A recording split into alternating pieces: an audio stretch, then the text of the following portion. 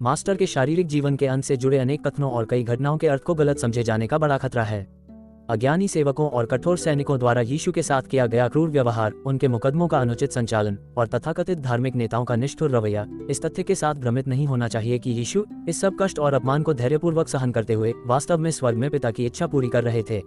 निश्चित रूप से और सत्यतः पिता की इच्छा थी कि उनका पुत्र जन्म से मृत्यु तक नश्वर अनुभव का पूरा प्याला पी ले, लेकिन स्वर्ग में पिता का उन तथाकथित सभ्य मनुष्यों के बर्बर व्यवहार को भड़काने से कुछ भी लेना देना नहीं था, जिन्होंने मास्टर को इतनी बेरहमी से यातनाएं दी और उनके अप्रतिरोधी व्यक्तित्व पर इतनी भयानक रूप से एक के बाद एक अपमान थोपे।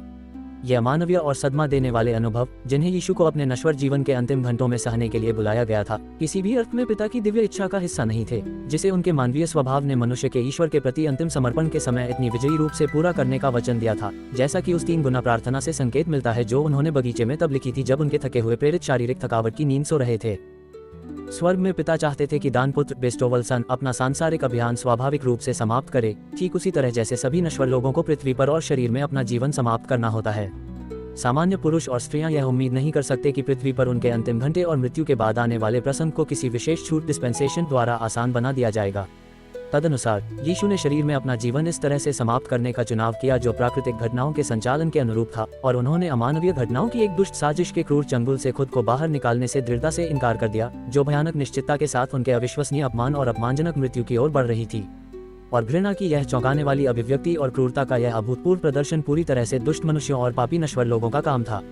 स्वर्ग में ईश्वर ने यह नहीं चाहा था, न ही यीशु के प्रमुख शत्रुओं ने यह आदेश दिया था, हालांकि उन्होंने ये सुनिश्चित करने के लिए बहुत कुछ किया कि विचारहीन और दुष्ट नश्वर लोग इस तरह दानपुत्र को अस्वीकार कर दें।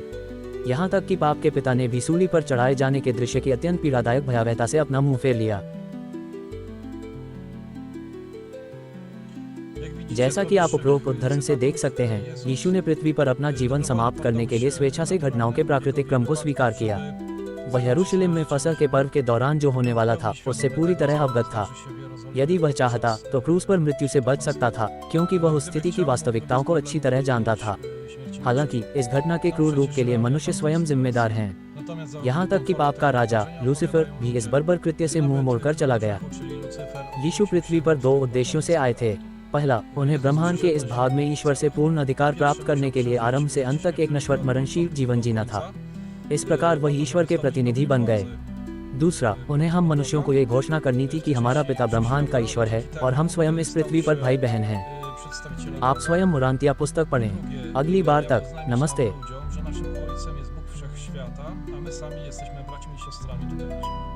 Czytajcie Księgę Uranti sami. Do następnego razu. Cześć.